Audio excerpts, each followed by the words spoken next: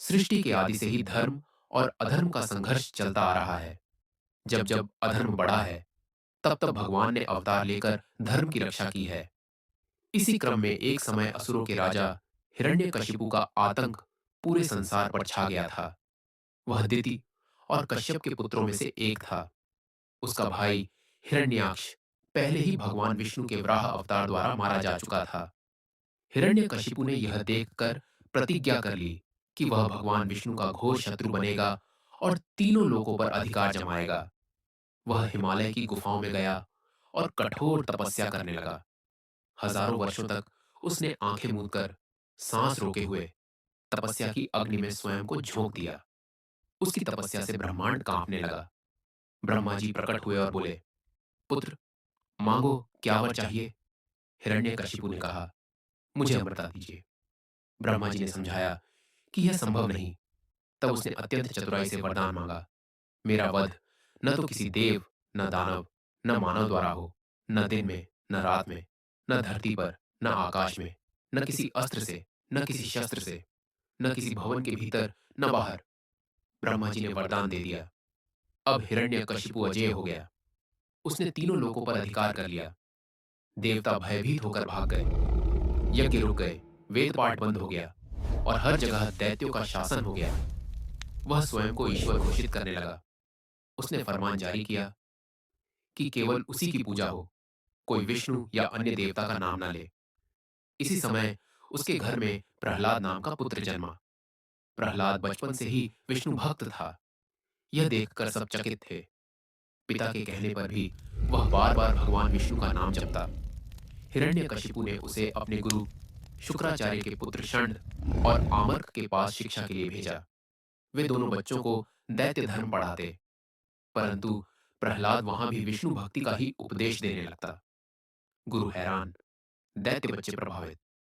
जब यह बात हिरण्यकशिपु को पता चली, तो उसका क्रोध आकाश छू गया।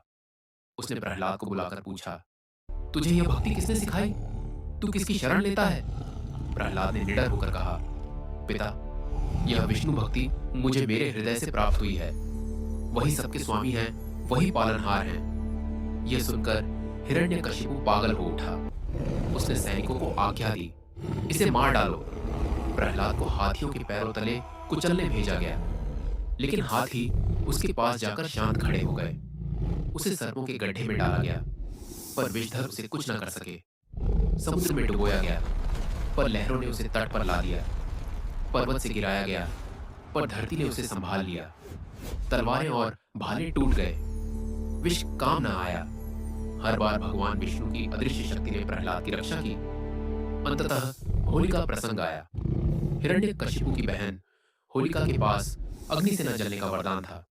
उसे कहा गया कि वह प्रहलाद को गोद में लेकर अग्नि में बैठे। योजना यही थी कि प्रहलाद जल जाएगा और होलिका बच जाएगी, किंतु हुआ उल्टा। भगवान की कृपा से होलिका जलकर राख हो गई और प्रहलाद अग्नि से सुरक्षित बाहर आ गया। यही प्रसंग आज भी होली पर्व के रूप में स्मरण किया जाता है। अब हिरण्यकशिपु ने प्रहलाद से सीधा प्रश्न किया, कहाँ है तेरा विष्णु? दिखा मुझे। क्या वह इस खंभे में भी है? प्रहलाद ने दृढ़ स्वर में कहा, हाँ पिता, भगवान तो कण कण में विद्यमान है। हिरण्यकशिपु ने क्रोध से गदा उठाई और स्तंभ पर प्रहार किया। उसी क्षण एक भयंकर गर्जना हुई। खंभा फट पड़ा और उसमें से प्रकट हुए भगवान नरसिंह, आधा सिंह, आधा मनुष्य। उनकी आंखें अग्नि की तरह जल रही थीं। शरीर विशाल और भयानक था। हिरण्यकशिपु ने उन्हें देखा और युद्ध के लिए तैयार हो गया। उसने अपने अस्त्र शस्त्र चलाए, मंत्रों का प्रयोग किया, पर नरसिंह भगवान अजेय थे। उन्होंने उसे पकड़ लिया, महल की चौखट पर ले आए। वह न घर के भीतर था, न बाहर। वह संध्या का समय था, न दिन न रात। सृष्टि के आदि से ही धर्म अपने नखों से अधर्म का संघर्ष चलता आ रहा है। न अस्त्र, न जब जब अधर्म बढ़ा है, इस प्रकार तब तब भगवान ने अवतार लेकर धर्म की रक्षा की है। अंत हुआ। इसी क्रम में एक समय असुरों के राजा शांत हिरण्यकशिपु का आतंक दहाड़ते रहे, पूरे संसार पर छा गया था। वह दिति, शिव और कश्यप के पुत्रों में से एक शांत करने आए।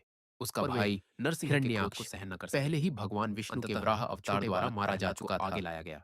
हिरण्यकशिपु ने यह देखकर प्रतिज्ञा कर ली कि वह भगवान विष्णु का घोर शत्रु बनेगा और कृपया तीनों लोगों पर अधिकार जमाएगा। मैं आपको नमन करता हूँ। वह हिमालय की गुफाओं में गया और कठोर तपस्या करने लगा। उनका क्रोध हजारों वर्षों तक उसने आंखें देवताओं ने प्रसन्न होकर सांस रोके हुए स्तुति की। तपस्या की अग्नि में स्वयं को आशीर्वाद दिया।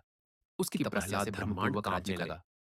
प्रहलाद ने राज्य हुए और बोले, परंतु सदा भगवान के चरणों में समर्पित होकर हिरण्यकशिपु ने कहा, भगवान नरसिंह अवतार ने दिखा दिया। ब्रह्मा जी ने समझाया, चाहे वरदान कि यह कितना भी शक्तिशाली क्यों ना हो, तब उसने अत्यंत चतुराई से अधर्म का अंत निश्चित है। मेरा वध और न तो किसी देव की शक्ति सबसे बड़ी है, न मानव द्वारा हो। प्रहलाद की दृढ़ आस्था ही उसकी ढाल बनी, न आकाश में। यह कथा हमें सिखाती है, न किसी शस्त्र से, संकट चाहे कितना भी बड़ा क्यों ना हो, न बाहर। यदि हृदय में भगवान ने वरदान दे दिया, अटूट विश्वास हिरण्यकशिपु अजय तो विजय निश्चित है।